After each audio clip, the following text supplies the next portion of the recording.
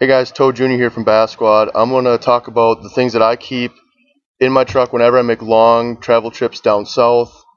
If you know my travel history, I've broken a lot of stuff. I've had wheels fly off both truck, trailer.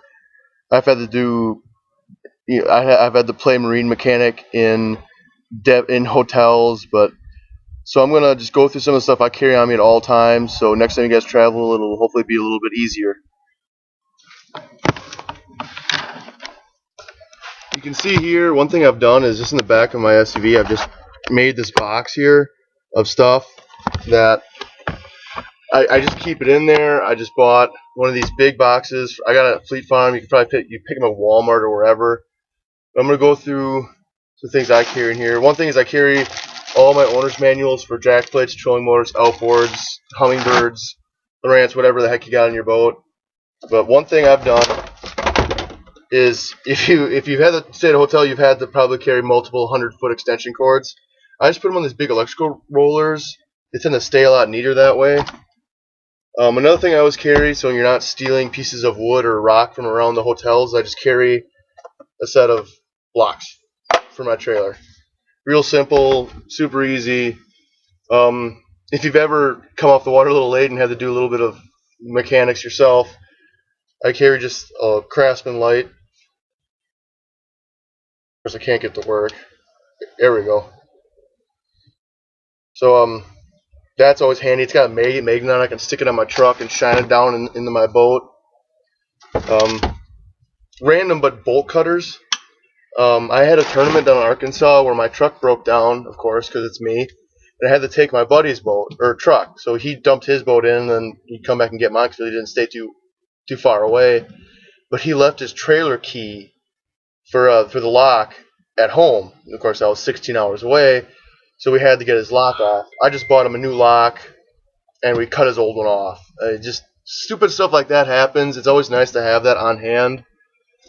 Another thing I keep on is an extra bulb and fuel line, just because you never know with ethanol and stuff and gas. Speaking of that, I always keep a stabilizer, ethanol stabilizer. I have one in my boat, and I have one in my truck, because the one in your boat tends to run out faster and you don't keep track of it. Or you're not expecting to put 40 gallons in your boat and then you don't have enough. One really handy thing I carry is this is little. It's like a 10-foot extension cord, but it's got the 3-way splitter on it. If you ever stay at a hotel with your buddies, and if you're like us and you stay at some unfavorable hotels that, I don't know if you listen to podcasts at all, you've heard some stories, I'm sure, about some great hotels we've stayed at. But they might only have 4 outlets for the whole damn thing. So that splitter is nice. Just carry floodlight, super easy, plug it in. That's another reason I have that splitter. Always extra wind strap. This is actually my old one. I replaced it. It's a little worn, but if you're in a pinch, it would definitely work. Then just a small toolbox. I don't have much in here, but except the essentials. I do carry a bigger tackle box with me in my truck, or not tackle box, toolbox. But this is one small, and it's easy to carry, so I just shoved them in my boat.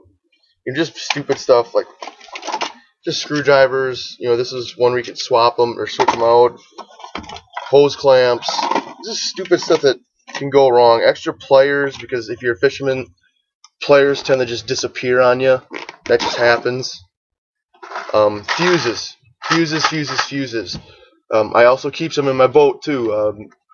If you're like me and you like to run a GPS, maybe like 2 phone chargers, and then who knows what else you're plugging in your AC adapters, you're gonna blow fuses. It's gonna happen. Blowing them in your truck isn't necessarily the biggest deal, except when it's like your windshield wipers. So I always have one in your truck, but also in your boat too, because it's not that uncommon to pop fuses in your outboard. So if you don't know where your fuse box is in your outboard, find out fast, and carry the appropriate sizes in your boat as well. Another thing I carry with me is a power drill. Make sure it's charged before you go. I've had that happen before where I show up like, oh yeah, I'll just go do some drilling, and my battery's dead. So that's always fun.